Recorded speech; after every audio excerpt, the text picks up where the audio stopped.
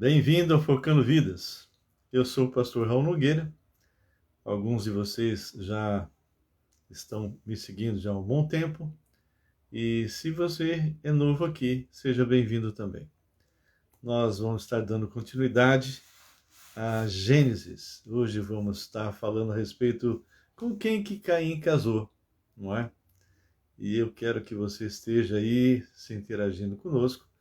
Pegue aí a sua Bíblia, seu caderno, sua caneta, para que você possa ir anotando. E se tiver qualquer tipo de problema, por favor, faça perguntas, ok? Nós temos aí 5 minutinhos para que você possa estar entrando em contato com seus irmãos, com seus amigos, colocando na rede que nós vamos ter agora essa live e que você possa estar realmente ah, preparado para ver coisas interessantes na palavra de Deus, mas que devem ser aplicados na sua vida. O estudo da Bíblia não é simplesmente um estudo para matar curiosidade. É um estudo para que você possa aprender com os personagens do Velho Testamento e aplicar na sua vida. Aquilo que for realmente bom, aplique. O que não for, você já sabe que não serve e rejeita. Então, através dos exemplos do passado, você pode ir vendo o que pode ser colocado ou não no seu viver diário. Amém? Bom, quero aproveitar para dizer que eu estou no History também. Tenho feito algumas lives lá. Por enquanto são pequenas, não é? Mas eu vou estar começando realmente a fazer lives um pouco maiores e eu gostaria que você também estivesse nos acompanhando, né? Lá no Raul's, R-A-U-L-S, underline Nogueira. É só entrar lá e você vai encontrar algumas mensagens, algumas coisas no History, no Reels e também ao vivo, não é? Outra coisa, todas as mensagens que eu coloco aqui, eu lanço também lá no canal, Raul Nogueira Canal, e estão numerados. Por exemplo, que nem o de hoje. Nós estamos estudando Gênesis, é uma série. E nós vamos colocando ponto a ponto, ou seja, desde o primeiro, se a série tem 5, 6, 7 vídeos, eu vou colocando e numerando. Então isso facilita muito para a tua vida. Então a gente vai construindo devagarzinho toda uma sequência, e no caso de Gênesis serão vários, porque Gênesis é bem grande, e eu acredito que se você perdeu algum, vai lá, assiste o primeiro e o último, se for o caso, para ir compensando, né? Mas vai avançando, assiste o primeiro, o segundo, o terceiro, o quarto, e assim por diante, tá bem? Uma coisa que eu gostaria, eu não sei se vai dar para ver, mas além da parte de missões, porque a maioria dos que me seguem sabe que eu sou responsável, junto com a minha esposa, pelo Centro de Treinamento Transcultural, Ministério LVO, Luz e Vidas Orientais. Então, aqui no Focando Vidas, nós tratamos tanto de falar um pouco a respeito de missões, como também na área que eu gosto, que deve estar aí para você ao contrário, mas é a área de aconselhamento. Tem um livro que eu gosto muito, que é da editora Batista Regular. Editora Batista Regular é uma editora séria, uma editora que realmente publicam livros que vale a pena vocês lerem, porque são livros que vão te confrontar. Livros que realmente vão mexer na sua estrutura. E esse aqui é aconselhamento bíblico cristocêntrico, ok? E eles colocam que isso aqui realmente é a maneira pela qual Deus criou, biblicamente falando, a maneira de arrancar as raízes e transformar a sua vida, ok? Então, as verdades imutáveis de Deus, quando são aplicadas no teu coração, no seu viver diário, começa a fazer transformações. Ela realmente liberta. Se você lembrar de Salmo 19, versículo 7, fala que a palavra de Deus é perfeita e restaura a alma, e restaura mesmo, ok? Só não restaura a alma daquele que é soberbo.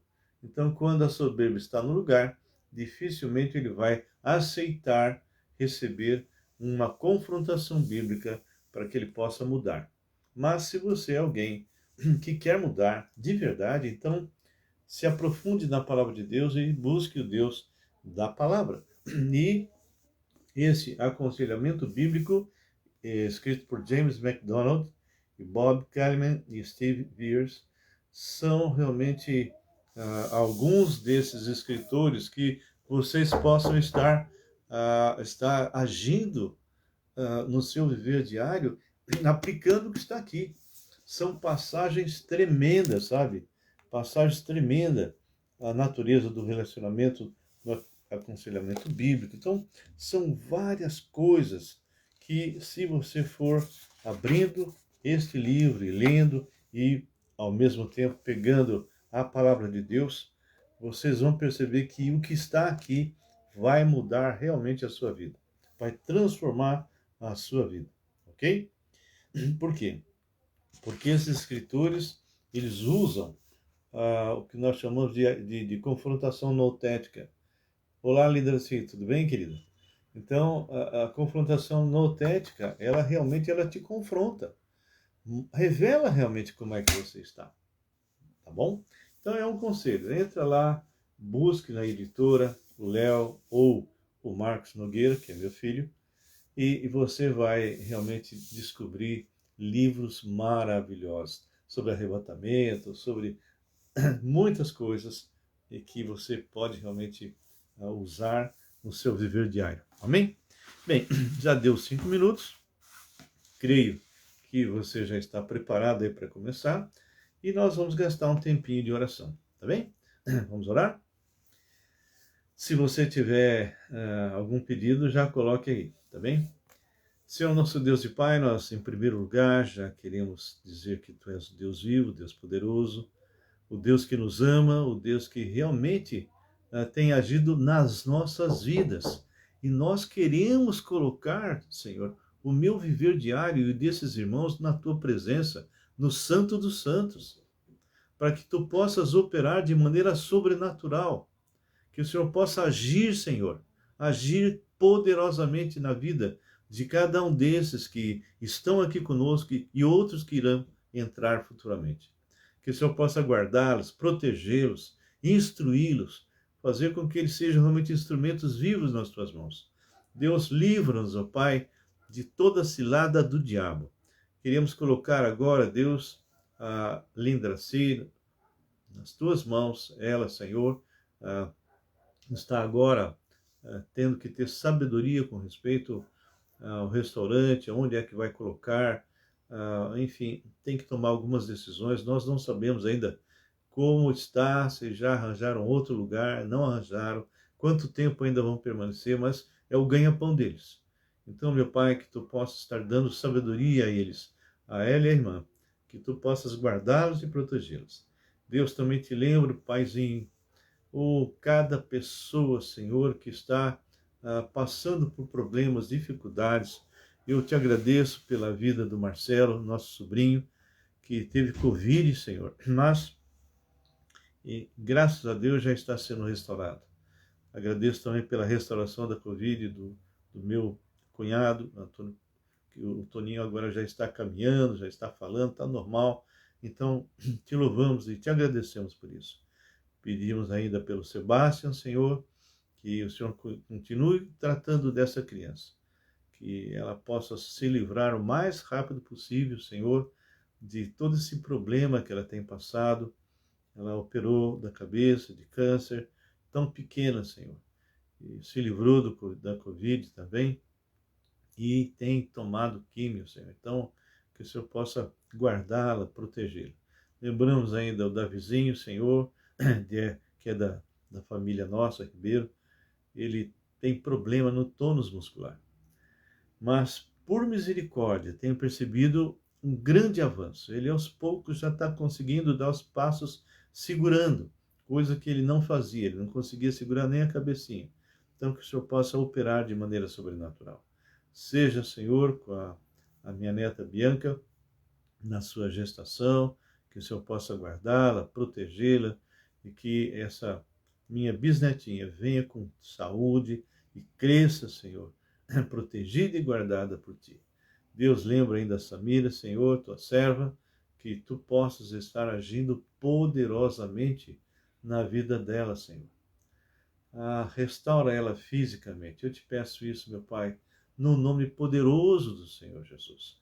Lembro outros irmãos e irmãs que estão passando problemas. Eu tenho um irmão agora que realmente é conhecido da doutora Denise.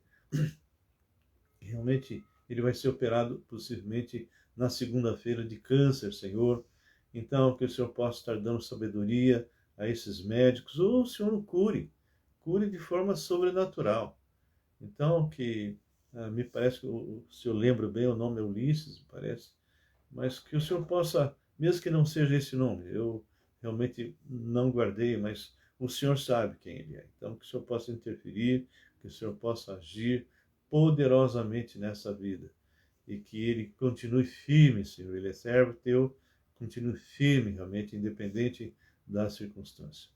Abençoe todos que de alguma forma estão passando dificuldades financeiras, Senhor, desempregos, dificuldades. Peço a sua bênção para a editora, Senhor, Batista Regular, para que o Senhor possa estar levantando muitos clientes, ó Deus. Sabemos que essa é uma época difícil para as editoras, de uma forma geral, porque muitos têm optado, Senhor, por usar online, usar realmente todo esse equipamento que nós temos nas mãos, chamado celular, ou mesmo os computadores, e muitos não têm comprado livros, mas, Senhor, que o Senhor possa estar levantando clientes, pessoas que nem eu, que preferem realmente a leitura, para que possamos realmente anotar, escrever. Então, que o Senhor faça isso, Pai, que a editora Batista Regular possa ser revitalizada nisso. E eu peço tudo isso no nome poderoso de Jesus. Amém e amém. Amém? Boa tarde, boa tarde. É um sábado quase no final e nós temos aí o compromisso de estar com vocês e poder repartir o que o Senhor tem colocado em nossos corações. Bem, abram comigo lá em Gênesis. Gênesis é realmente um achado para quem vem garimpando as pepitas de ouro que vão surgindo. E nós temos aí trabalhado, nós vimos um pouco a respeito de Caim, vimos que o Senhor não apenas rejeitou o coração de Caim, mas foi o coração e também a oferta, porque foi uma tentativa religiosa de se reconciliar com Deus. Aliás, a segunda tentativa, né? A primeira foi quando Adão e Eva pecaram, eles tentaram se cobrir com folhas, cobrir as suas vergonhas, e Deus rejeitou. Então, novamente, na segunda tentativa, que foi de Caim, de oferecer algo diferente do que Deus havia determinado, também foi rejeitado. E nós agora estamos vendo Caim sendo disciplinado. Vimos que Caim realmente teve uma sequência, sentiu-se rejeitado, teve inveja do irmão, não reconheceu que ele estava errado, e esse ódio, essa inveja acabou levando Caim a matar o seu irmão. E o Senhor, então, colocou uma punição bem árdua em cima de Caim. Bem, a partir daí, nós estamos agora no capítulo 4, versículo 16. E a pergunta que eu tinha feito recentemente é: Caim casou com quem?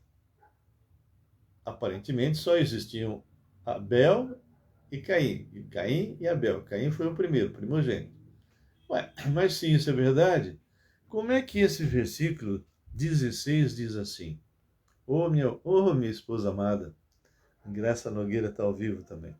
Então, olha só o versículo 16 e 17 diz assim: Retirou-se Caim da presença do Senhor e habitou na terra de Nod. Essa terra de Nod significa peregrinação, exílio. E uma coisa que eu sempre vou estar sempre reforçando para vocês não se esquecerem.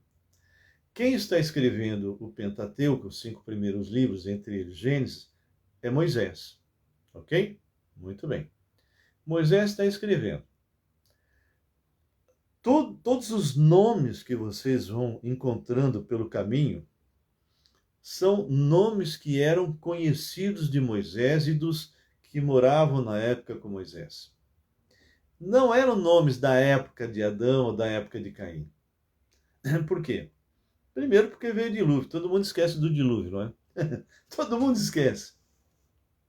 Todos os nomes anteriores que são dados, que nem eu mencionei Tigre, Rio Tigre, Eufrates e tal, quando veio o dilúvio, mudou toda a geografia. Então, o que é que o nosso irmão Moisés faz? Que nem aqui, Nod. Muito bem. Retirou-se Caim da presença do Senhor e habitou na terra de Nod, ao oriente do Éden. Então, o que Moisés está fazendo? Ele está falando... Olá, Aliane, tudo bem, minha querida? O que ele está fazendo? Ele está falando, escrevendo para as pessoas da sua época que vão receber essas informações e dizendo, olha, o lugar que Deus me revelou, que Caim foi para morar, é o que nós hoje chamamos de Rod, de Nod, melhor dizendo, né?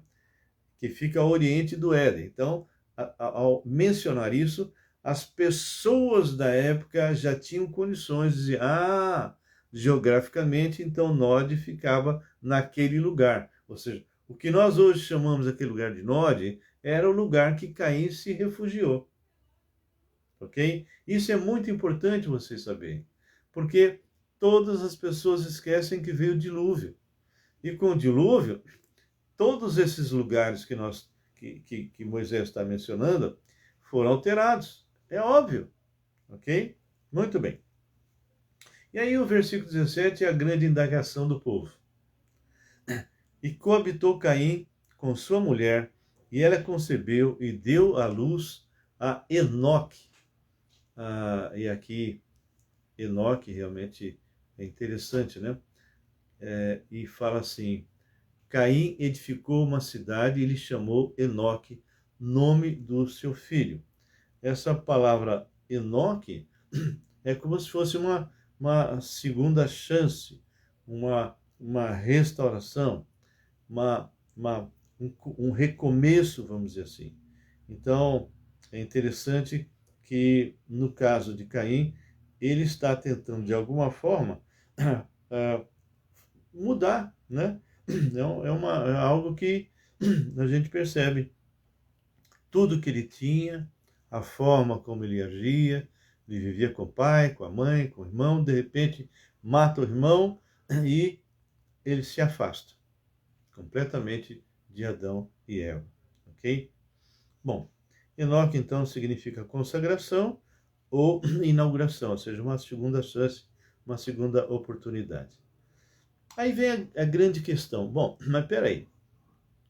Como é que Caim coabitou com uma mulher se só existia Caim e Abel? Queridos, isso que nós estamos vendo no capítulo 4 é uma descrição que está sendo feita a respeito de Caim, daquilo que ele fez e das suas consequências. Então, quando chega assim até o versículo 24, tudo está tratando ainda sobre Caim. A partir do versículo 25 e também o capítulo 5, Deus vai começar a colocar detalhes de como realmente surgiram não só mulheres, mas Adão teve filhos e filhas. Ou seja, depois de Caim e Abel, Adão e Eva continuaram a se relacionar. e eles viveram muitos anos. E o que acabou acontecendo é que Adão e Eva foram tendo outros filhos. E isso fez com que o tempo passasse e Caim vai se juntar ou com uma irmã, ou com uma prima, ou com alguma outra mulher que era parente. Naquela época não tinha problema nenhum das mutações genéticas. Coisa que hoje é perigoso, naquela época não era. Eles estavam começando, vamos assim, eles vinham de uma geração perfeita, sem problemas, sem dificuldades. Bom, deixa eu só continuar a falar um pouquinho sobre Caim, para a gente dar continuidade. Então, aqui fala que Enoque, que foi um dos filhos de Caim, realmente acabou sendo homenageado pelo pai com uma cidade. Então, versículo 18 diz, de Enoque, a Enoque lhe nasceu, né? Nasceu Irade, Irade gerou Mejuel, Mejuel Metusael e Metusael a Lameque. E Lameque tomou para si 2 esposas. Olha só, então os descendentes de Adão e Eva já estavam aí em grande quantidade. E no caso aqui, Lameque pegou 2 esposas. O nome de uma era Ada e a outra se chamava Zilá. Ada deu à luz a Jabal. Olha só que interessante.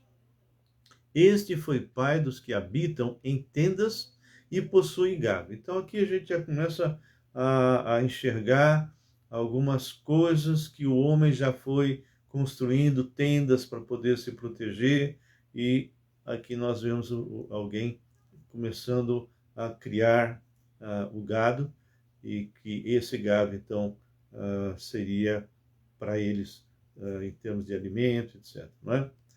O nome de seu irmão era Jubal. Este foi o pai de todos os que tocam harpa e flauta. Eu estava conversando com um músico. Então, para que se fabrique, para que se faça exatamente isso, a harpa e flauta, precisa realmente toda uma técnica muito boa. Só um detalhezinho. Quando eu falei do gado, em termos, você vai ver o gado com respeito à questão de leite, etc. Mas nessa época, e é pelo menos o que a gente entende, os homens e os próprios animais comiam vegetais. Isso nós já estudamos lá atrás, ok? Vocês vão ver que só Deus autoriza a comer carne depois que Noé sai da arca, tá? Nós vamos ver isso lá. Então eles eram vegetarianos de uma forma geral e usavam a pele muitas vezes para se cobrir, muitas outras coisas, leite de vaca, etc, ok? Muito bem. Então aqui fala que ele fabricava tendas e possuía gado. O nome de seu irmão era Jubal. Este foi pai de todos os que tocam harpa e flauta. Eu já mencionei isso, que há muita técnica para fabricar isso, não é? Zilá, por sua vez, deu à luz a Tubal-Caim, artífice, olha só, de todo instrumento cortante de bronze e de ferro. Então a gente começa a perceber que esses homens, no início, que quando o Senhor realmente criou Adão, ele tinha 100% de cérebro. Agora, com o passar do tempo, por causa do pecado, foi diminuindo essa capacidade, ok? Até chegar em gênios da nossa época, que é 10%. Então, aqui fala que ele realmente fabricava algo que precisa de muita inteligência, muita técnica. Então diz que ele era artífice de todo instrumento cortante, de bronze e de ferro. A irmã de Tubal-Caim foi Naamá, e disse Lameque às suas esposas, tinha as duas, né? Ada e Zilá: ouvi-me vós, mulheres de Lameque, escuta o que passo a dizer-vos. matei um homem porque ele me feriu. Então, aparentemente, Lameque teria sido ferido por alguém e ele acabou matando. Esse outro, a gente não entende bem o que levou esse Lameque a matar. Parecia uma coisa tão mais simples, né? E um rapaz porque ele me pisou. Então nós não sabemos exatamente o que aconteceu, qual foi a história por trás disso. Mas uma coisa nos ressalta. Os descendentes de Caim, eles eram pessoas muito agressivas, eles eram pessoas que tomavam certas decisões que hoje nós temos encontrado no Rio de Janeiro, em vários lugares do mundo aí, em termos de agressividade, mesmo aqui em São Paulo, pessoas muito agressivas, que matam por qualquer coisinha. Hoje as pessoas fecham o carro, o outro vai discutir, toma um tiro. Eu vi recentemente isso, né? E versículo 24 fala, 7 vezes se tomará vingança de Caim. Lembra que o Senhor havia falado isso lá para Caim, né? Diz assim, no versículo 15, 4:15. Vou ler o 14 para você entender melhor. Eis que hoje me lanças da face da terra e da tua presença. Isso é Caim falando com respeito a Deus. Hei de esconder-me, serei fugitivo e errante na terra. Quem comigo se encontrar, me matará. Mas Deus disse, não, não, não. Não. O Senhor, porém, lhe disse, assim, qualquer que matar a Caim será vingado 7 vezes. E pôs o Senhor um sinal em Caim para que o não ferisse de morte quem quer que o encontrasse. Então, olá, Leide, tudo bem? Então, Deus, vamos dizer assim, de uma certa forma, puniu o Caim, fazendo com que ele carregasse por muito tempo aquele peso de culpa com aquilo que ele havia feito com Abel. Bem, aqui então, esse descendente dele, que matou 2 pessoas, pelo menos é o que ele fala aqui, disse, 7 vezes se tomará vingança de Caim. De Lameque, porém, 70 vezes 7. Bem, então a gente percebe ele se vangloriava de ser alguém que, se tentasse vingar o assassinato, ele mesmo, sem qualquer ajuda divina, né? Tomaria vingança 70 vezes, ou seja, seria alguém que iria derrotar, ou seja, quem se aproximasse dele tentando de alguma forma falar qualquer coisa com respeito a quem ele matou, ele realmente se levantaria, não teria medo nenhum. Bem, mas isso aqui não tem muita importância, a não ser esse aspecto da raiz de amargura, da ira, que a gente percebe que vem dessa descendência. Bem, como havia acontecido essa morte de Abel, o Senhor vai levantar um outro descendente de Adão. Versículo 25 diz: tornou Adão a coabitar com sua mulher, e ela deu à luz um filho, a quem pôs o nome de Sete, porque disse ela, Deus me concedeu outro descendente em lugar de Abel, que Caim matou. Então, esse Sete seria, vamos dizer assim, um substituto. Então, a palavra Sete significa o escolhido, o indicado. Então, ele foi aquele que veio substituir Abel. E ele diz, a Sete, a esse escolhido, nasceu-lhe também um filho. E eu acho bem interessante isso aqui, o qual pôs o nome de Enos, e daí se começou a invocar o nome do Senhor. A gente vê, assim, mencionado a primeira vez, que em Sete o nome foi realmente invocado novamente pelo nascimento do seu filho. Então ele ora a Deus, invoca o Senhor, possivelmente pedindo proteção pelo seu filho. Bem, então tudo isso que nós lemos até agora são detalhes de alguns personagens que foram mencionados. Mas agora no capítulo 5, o Senhor vai descrever uma descendência de Adão. E aí a gente começa a ver algumas coisas interessantes. Olha só. Este é o livro da genealogia de Adão. No dia em que Deus criou o homem, a semelhança de Deus o fez. Homem e mulher os criou e os abençoou. E lhes chamou pelo nome de Adão no dia em que foram criados.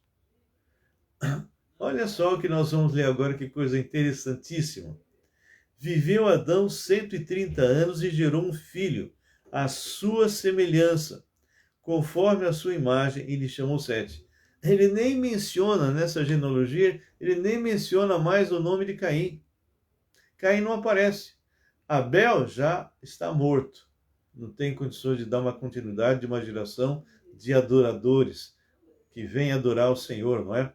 Mas o que acontece é que normalmente as pessoas realmente pensam que na genealogia consta a Caim, Abel. Não, isso foi mencionado no começo. Mas agora não é mais mencionado isso. Agora não é mais mencionado isso. Aqui fala que a pessoa que vai dar continuidade é exatamente Sete. Então diz assim: depois que gerou a Sete, viveu Adão 800 anos e teve o quê? Teve filhos e filhas. Nós não podemos esquecer que nós muitas vezes, quando estamos lendo esse livro, nós estamos pensando com a nossa cabecinha de 10, 30, 40, 50, 60 anos. Entende? Vai, no máximo 80, 100 anos, não é? Mas não! 100 anos não era nada para essa turma. Aqui nós estamos falando de 100, 200, 300, 400, 500 anos. Então essas pessoas tinham filhos e filhas. E na medida que Adão e Eva foram tendo filhos e filhas, esses também tiveram a mesma coisa. E foi se multiplicando então o número de pessoas sobre a terra. Então nós não sabemos, na sequência que nós vimos aí de Caim matando Abel, exatamente o tempo, a distância entre essa morte de Caim, me perdoe, a morte de Abel, quanto tempo foi isso? Não dá para perceber. Nós só sabemos que aconteceu. Olá, Ellen, tudo bem, querido? Nós só sabemos que aconteceu, mas não temos uma ideia de tempo. Agora, o que nós temos de tempo é isso que está escrito aqui. Viveu Adão 130 anos e gerou um filho à sua semelhança, conforme a sua imagem, e chamou Sete. Nós já vimos o detalhe lá do Sete, que foi aquele que voltou a invocar o nome do Senhor. Mas ele não para nisso. Não para nisso. Depois que gerou Sete, ou seja, já tinha gerado Caim, Abel, que morreu, depois que gerou Sete, Adão viveu quanto? 800 anos e teve filhos e filhas. Você imagina a quantidade de filhos e filhas que Adão teve. Então, o tempo passou, as pessoas que ele, Adão e Eva geraram cresceram, se multiplicaram, e uma dessas pessoas que foram os descendentes, olha só, uma dessas pessoas que foram descendentes de Adão é que casou com Caim. Nós não sabemos se foi irmã, se foi tia, se foi prima, se foi. Nós só sabemos que é descendente da família. Ok? Nós sabemos que Sete teve descendentes. Ok? Entre eles, Enos. Mas sabemos que fora Sete, outros vieram, tanto filhos quanto filhas. Bem, vamos continuar então. Versículo 5 diz, versículo 5. Os dias todos da vida de Adão foram 930 anos e morreu. Bem, então, em primeiro lugar, nessa genealogia do capítulo 5, não aparece Caim.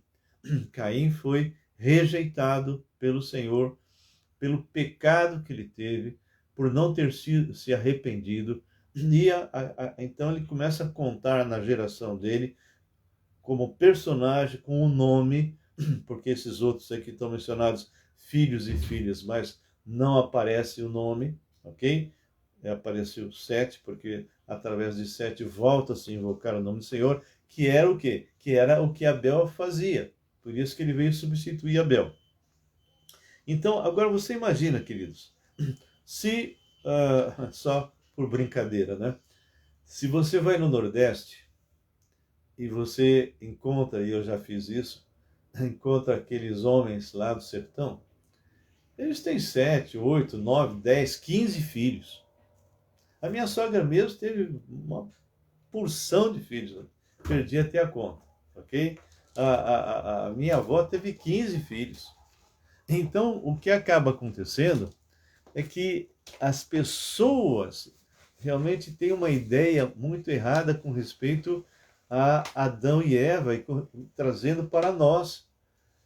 Queridos, ele, olha a quantidade de tempo que ele viveu, 930 anos e morreu. Quantos filhos? Se uma pessoa que vive nesse mundo hoje, e vive lá com seus 80 anos, 70, e tem muitas vezes 15 filhos, imagina uma pessoa que viveu 930 anos, ele teve filhos e filhas. É muita gente. E eles foram se multiplicando, ok? Porque a ordem era essa. Né? Então, não foi dada a ordem lá, como a minha esposa estava mencionando, não foi dada uma ordem lá atrás, crescer e multiplicar. E isso foi antes da queda, e nós já conversamos. Ou seja, o relacionamento sexual não é pecado no casamento. Fora do casamento, sim. E foi dada a ordem, que não tem nada a ver a queda, né, o pecado, com a maçã e muito menos o sexo. Aquilo foi incredulidade na palavra de Deus que levou à desobediência e à morte. Bem, olha agora, ele menciona novamente. Sete viveu 105 anos, gerou a Enos. Depois que gerou a Enos, viveu 807 anos, teve filhos e filhas. Ou seja, o próprio Sete teve vários e vários filhos e filhas. Nós já vimos que Adão também. Mas agora, imagina a quantidade de gente que está se multiplicando aí, nesse tempo. Todos os dias de Sete foram 912 anos e morreu. 900, olha só a quantidade provável de filhos e filhas que esse homem deve ter tido. Versículo 9, falando do descendente de Sete, né? Enos viveu 90 anos e gerou Cainã. Depois que gerou Cainã, viveu Enos 815 anos e teve filhos e filhas. Você percebe que é uma multiplicação geográfica, geométrica, não geográfica. Geográfica e geométrica, não é? A coisa foi crescendo de tal forma, olá Roberto, tudo bem, César? Que tanto geograficamente foi aumentando, as pessoas se multiplicando, como também foi multiplicando a quantidade de pessoas, ok? E nós entendemos, então, que esse versículo é muito importante para nós entendermos, porque quando vai chegar no capítulo 6, o mundo estava de um jeito que o próprio Senhor teve que intervir. A quantidade foi muito grande, mas não era uma quantidade de gente que realmente obedecia o Senhor. Isso nós vamos ver loguinho. Então, no versículo 10 diz: depois que gerou a Cainã, viveu Enos 815 anos, teve filhos e filhas. Todos os dias de Enos foram 905 anos e morreu. Vocês já pararam para pensar o que é viver quase 1000 anos? 1000 anos, homens com todo o vigor, as mulheres com todo o vigor, gerando filhos e filhas. Então, em pouco tempo, naquela época, a terra começa a ser preenchida. Cainã viveu 70 anos e gerou Maalael. Depois que gerou a Maalalel, viveu Cainã 840 anos, teve filhos e filhas.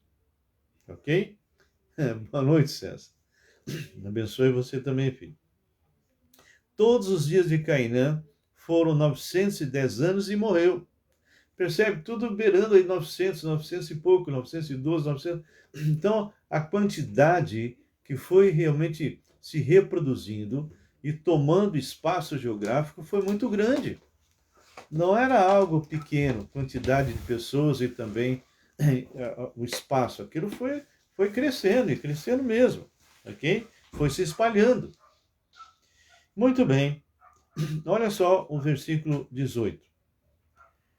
Jered viveu 162 anos e gerou Enoque.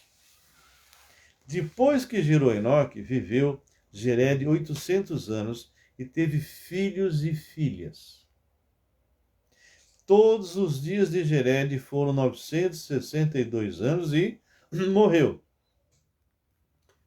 Vocês vão começar a perceber que, na medida que o tempo vai passando, aquela quantidade de quase 1000 anos vai diminuindo aos pouquinhos. Isso significa o quê?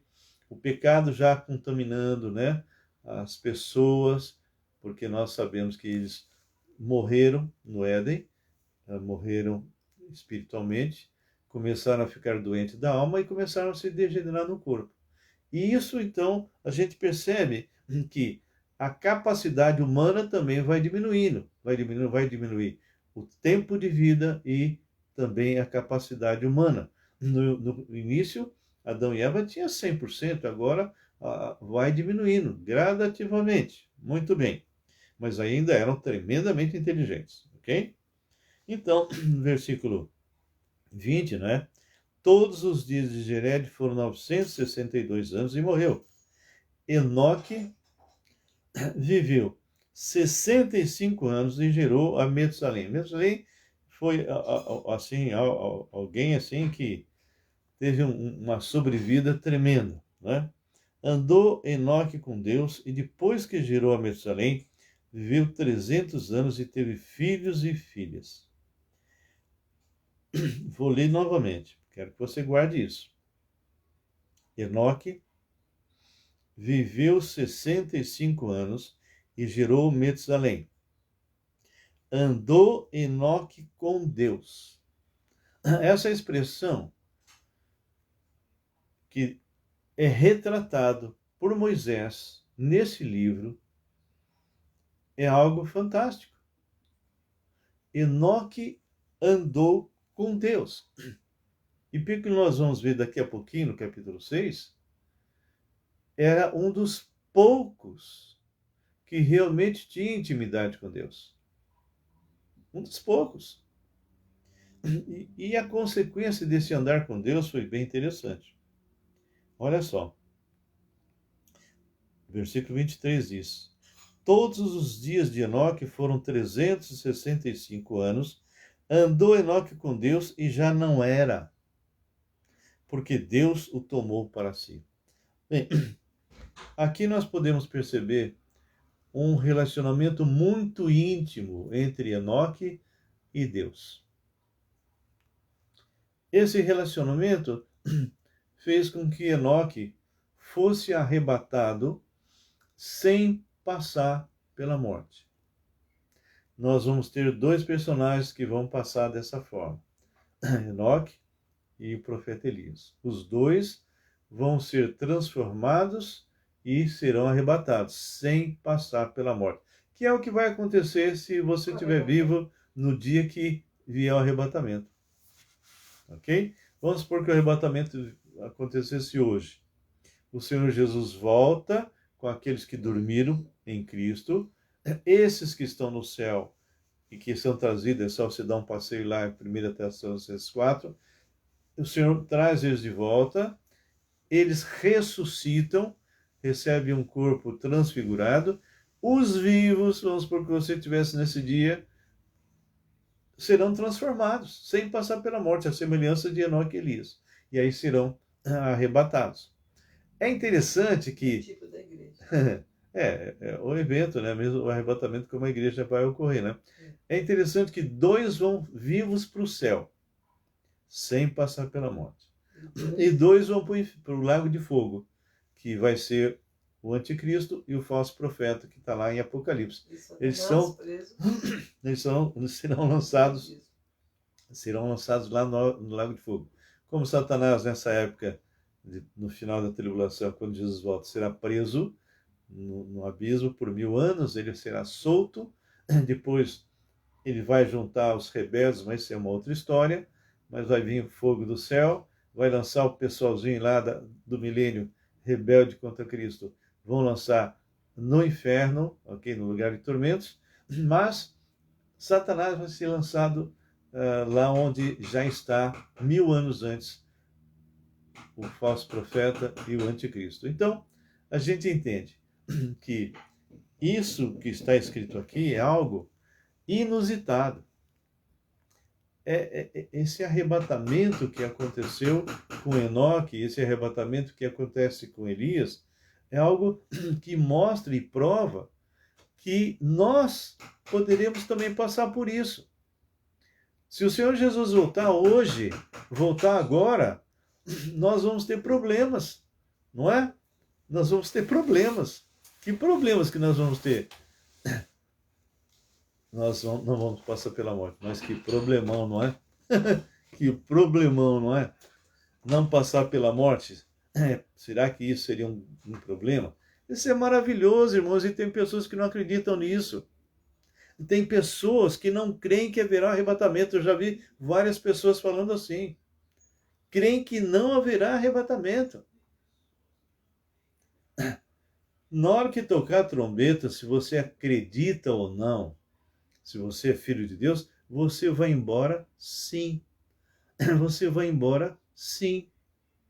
Nada vai te impedir. E se eventualmente você for recolhido antes, ou seja, o Senhor te chamar antes, você vai ser ressuscitado. E juntos com aqueles que serão transformados sem passar pela morte, nós encontraremos com o Senhor Jesus nos ares. Então, essa expressão que fala que realmente, me perdoe, que Enoque andou com Deus, vamos trazer isso para nós hoje? Nós também temos que começar a pensar nisso. Você que está me ouvindo agora, tem andado com Deus de verdade? Ou você tem sido apenas um mero religioso? Porque aquele que realmente anda com Deus, irmãos, você não imagina as experiências que você pode ter. Enoque teve uma experiência tremenda, andou Enoque com Deus e já não era, porque Deus o tomou para si. Eu estou caminhando 43 anos com meu Deus, com o meu Senhor. E tenho procurado, na medida do possível, apesar dos meus erros, das minhas falhas, dos meus tropeções, eu procuro andar com Deus. E quando eu tropeço, quando eu erro, eu confesso e deixo e continuo caminhando. Isso vai acontecer até o último dia da nossa vida. Nós deveríamos colocar uma plaquinha no pescoço em obras, porque nós estamos sendo preparados para a eternidade. Enoque teve um privilégio. E nós hoje, que nascemos de novo em Cristo, que somos santuários do Espírito Santo, temos toda a chance, toda a oportunidade de andar como Enoque andou com Deus. Nós temos tudo, meu irmão, nós temos a palavra do Senhor aqui na mão. Nós podemos mergulhar nessa palavra e conhecer o Deus da palavra e andar com esse Deus da palavra. Nós podemos gastar tempo com o Senhor, tirar momentos a sós com Deus, para agradecer a Ele, para buscá-lo em espírito e verdade, para apresentar diante dele as nossas petições com pessoas que estão sofrendo, com pessoas que estão passando por dificuldades, com problemas. Ande com Deus, meu irmão, mas ande mesmo, não seja um mero frequentador de igreja, não seja apenas um mero ouvinte da palavra, mas pratique a palavra. Dê testemunho. Irmãos, nós estamos perto do fim. O sistema está montado. Eu, sinceramente, estou aguardando o arrebatamento. Todos aqueles que estudam a palavra de Deus sabem do que realmente eu estou falando. Andar com Deus é um privilégio. Enoque andou com Deus. Eu queria saber Como você está, meu irmão, minha irmã? Você tem andado com Deus? Você tem caminhado com o Senhor? Você tem tido experiências com Deus ou você só conta experiências que você teve há talvez 10, 15, 20 anos atrás e vive só dessa experiência? Irmãos, nós temos que ter experiência diária com Deus. Todos os dias, quando você abrir os olhos, louve a Deus, agradeça ao Senhor pelo privilégio, pela oportunidade de estar vivo nesse mundo e ser testemunha dele. Faça isso. Não perca tempo. Não perca tempo. O tempo está se esgotando. E se você hoje está me ouvindo e ainda não conhece o Senhor Jesus, acho bom você se arrepender. Porque se você realmente ficar aqui, quando houver o arrebatamento, você vai passar por um período terrível, chamado a Grande Tribulação. E se você morrer sem ele, você já estará no inferno por toda a eternidade. Isso não é nada bom. Nada bom. Max, Lu, tudo bem? Então, só dando continuidade ao que nós estamos vendo aí em Gênesis capítulo 5, versículo 26. Vamos dizer o 25, né? 25, 26. Metusalém viveu 187 anos e gerou Lameque. Esse Lameque não tem nada a ver com outro, tá? Depois que gerou Lameque, viveu Metusalém 772 anos e teve filhos e filhas. Todos os dias de Metusalém foram 969 anos e morreu. Foi o homem que mais viveu sobre a terra. Imagina quantos filhos e filhas esse homem teve. Lameque viveu 182 anos e gerou um filho. E aí começa uma nova história. Pôs-lhe o nome de Noé, dizendo: Este nos consolará dos nossos trabalhos e das fadigas de nossas mãos nessa terra que o Senhor amaldiçoou. Depois que gerou a Noé, viveu Lameque 595 anos, teve filhos e filhas. Todos os dias de Lameque foram 777 anos e morreu. Você percebeu que começou lá com 900, depois foi 800, agora 700, e você vai perceber que o tempo foi passando e foi diminuindo a idade. E chegamos agora em Noé. Noé, um personagem que dividiu a história. Um personagem que dividiu a história. Antes de Noé e depois de Noé. Depois de Noé, começa a ser restaurada a terra com os seus descendentes, como nós vamos ver.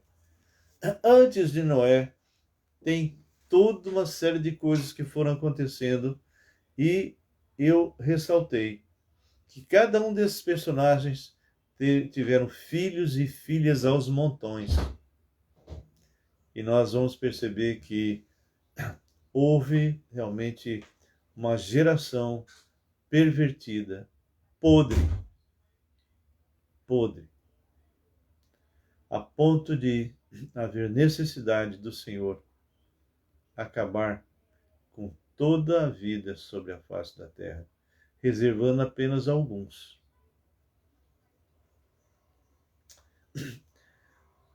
Vocês acham que numa época que não tinha chuva, não tinha nada, e Deus fala como nós vamos ver, Deus fala para Noé construir uma arca, você acha que quando Noé comentava, porque possivelmente as pessoas iam perguntar: Noé, que negócio é esse?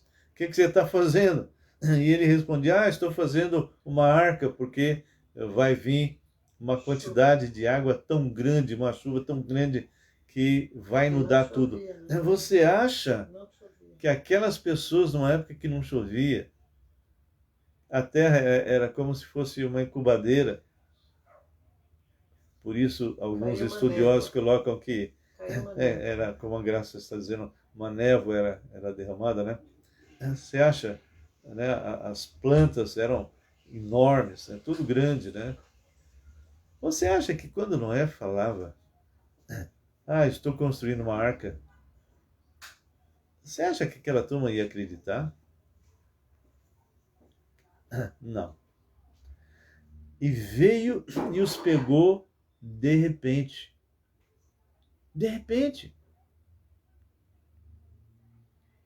Então, aqui fala no versículo 32, no último versículo, era Noé da idade de 500 anos e gerou Sem, Cã e Jafé. Eu queria só dar um passeiozinho rápido lá em Mateus 24, para a gente fechar. Mateus 24 é bem interessante, porque ele acaba falando alguma coisa a respeito desse tempo, ok? Então abra comigo Mateus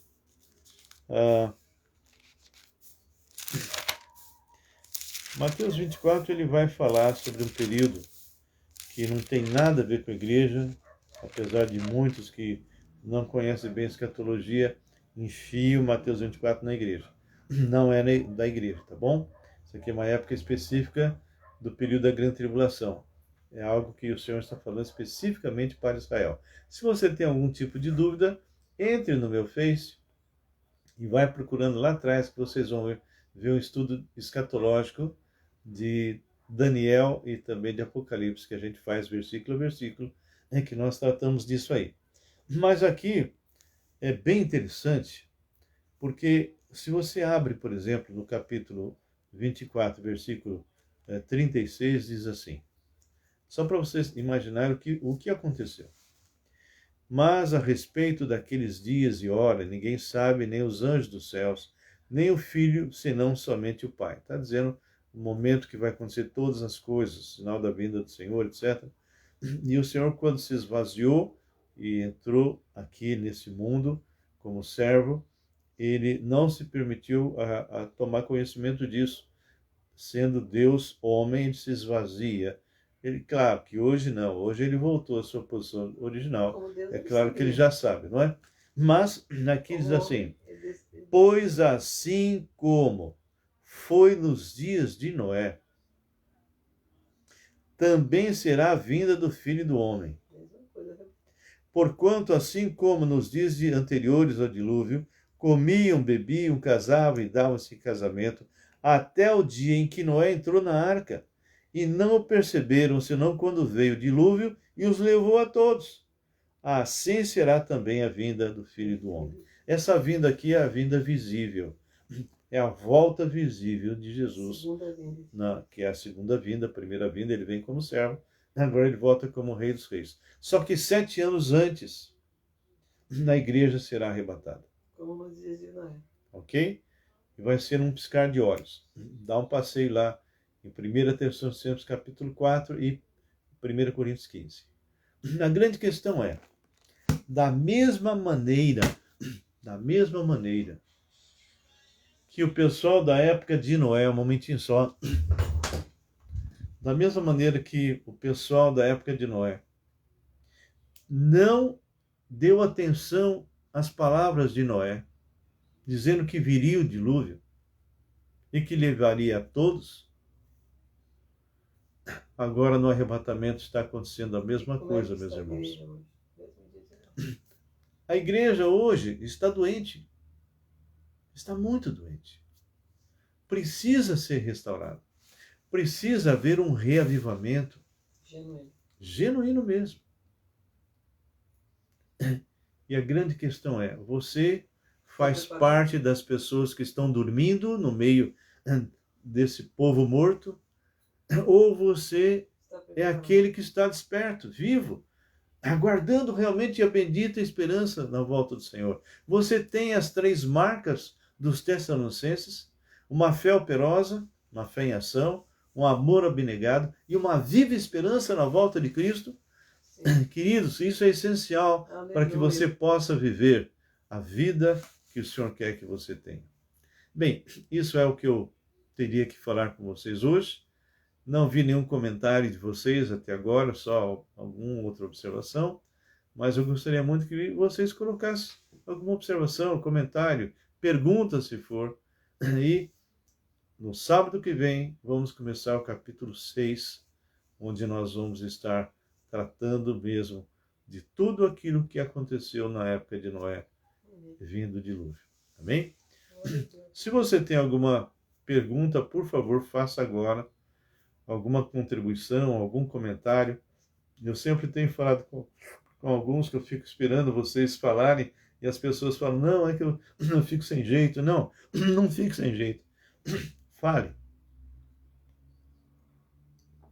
Escreva. Escreva. Tá bom? E uma outra pergunta que eu quero fazer para vocês. Só que ninguém me responde, eu não sei porquê.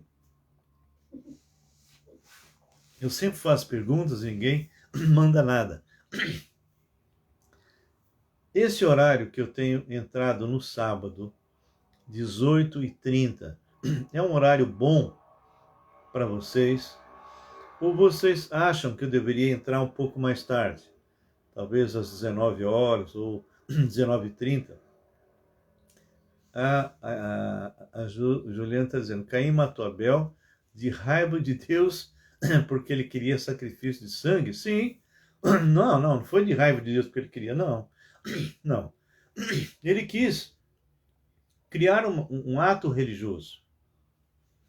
Deus havia instruído desde quando ele derramou o primeiro sangue lá no Éden e cobriu Adão e Eva com peles.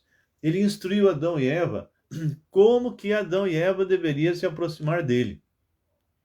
Isso depois foi sendo passado. Foi sendo passado. Entendeu? Ou seja, Abel e Caim sabiam exatamente qual era a forma que Deus queria que eles se aproximassem do Senhor. Por quê? Porque o derramamento de sangue era um simbolismo que iria apontar para Jesus Cristo. Você vai ver sangue derramado até a cruz. Primeira coisa que Noé vai fazer depois que sai da arca é fazer um sacrifício. Então, o que aconteceu é que Caim sabia exatamente o que ele tinha que fazer. Não fez. Então, ele pega da primícia do que ele plantou e oferece para o Senhor.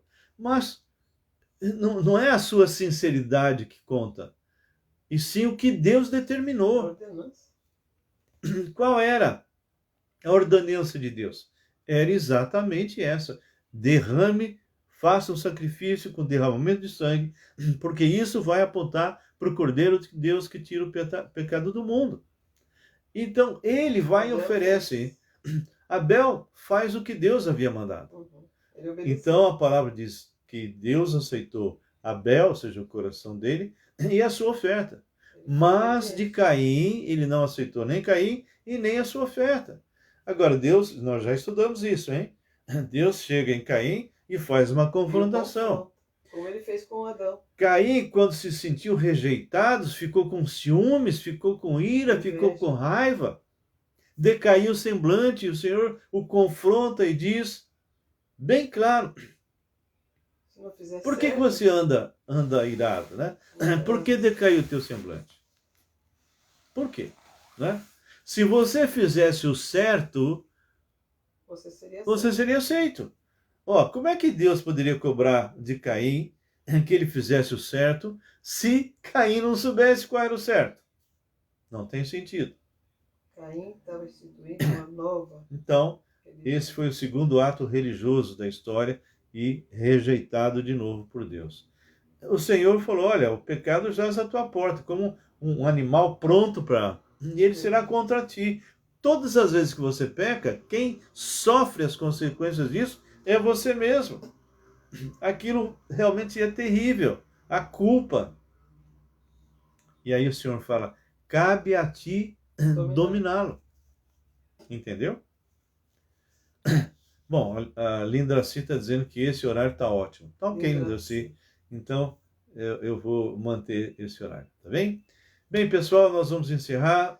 Ellen, espero que você tenha entendido, ok? Então, manda um beijinho para um grande abraço a vocês. Emanuel. Quem? Kaique Emanuel. Quem é esse? Da Lindraci. Ah, Lindraci, a Graça, minha esposa, está mandando um grande abraço ao Kaique Emanuel. Tá bem? Maravilhoso. Tá bom? Então, a minha esposa ficou encantada com o seu filho, tá bem? Um grande abraço, que Deus abençoe. Então, vamos orar encerrando, pedindo que Deus possa abençoá-los. Se... Está dizendo obrigado, Graça. Então, se eventualmente você tiver algum pedido, ponha isso agora, tá bem? Tá ok. Ela está dizendo que vai dar abraço. Tá. Senhor nosso Deus e Pai, nós te louvamos. Nós te agradecemos porque tu és um Deus vivo. Obrigado por essa passagem tão maravilhosa da tua palavra, que fala que Enoque andou com Deus. E é um desafio para nós também. Hoje, nós também devemos andar com Deus, para que um dia também possamos ser arrebatados, para que um dia nós possamos estar na tua presença. Nós só vamos poder andar contigo, Senhor, se primeiro nascermos de novo em Cristo Jesus. E aí está garantido a nossa saída. Está garantido no nosso arrebatamento. Da mesma forma que Enoque, que andou com Deus e foi arrebatado, nós um dia seremos também, sendo nós recolhidos antes ou estando vivos, nós estaremos sendo arrebatados e estaremos sendo encontrados contigo, Senhor, nos ares. Meu Pai, abençoe a cada uma dessas pessoas, Senhor, e que o Senhor possa estar agindo poderosamente, Senhor. Que o Senhor possa estar realmente tratando de nós por dentro, porque eu te peço isso em nome de Jesus. Amém e amém.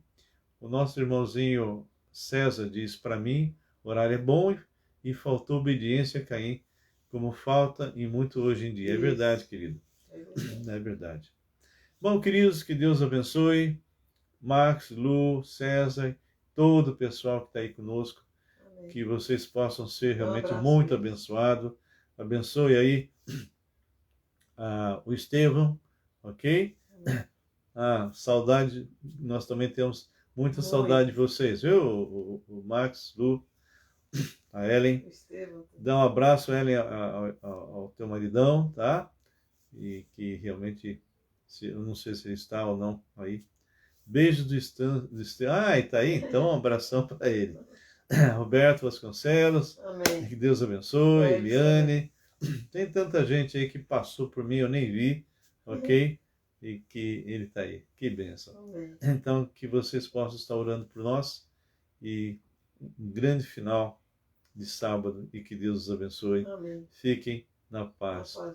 Ele é que mandou a pergunta. Espero que tenha respondido, viu, Estevão? Espero que você tenha entendido, tá bom? Um grande abraço. Fique na paz do Senhor. Amém.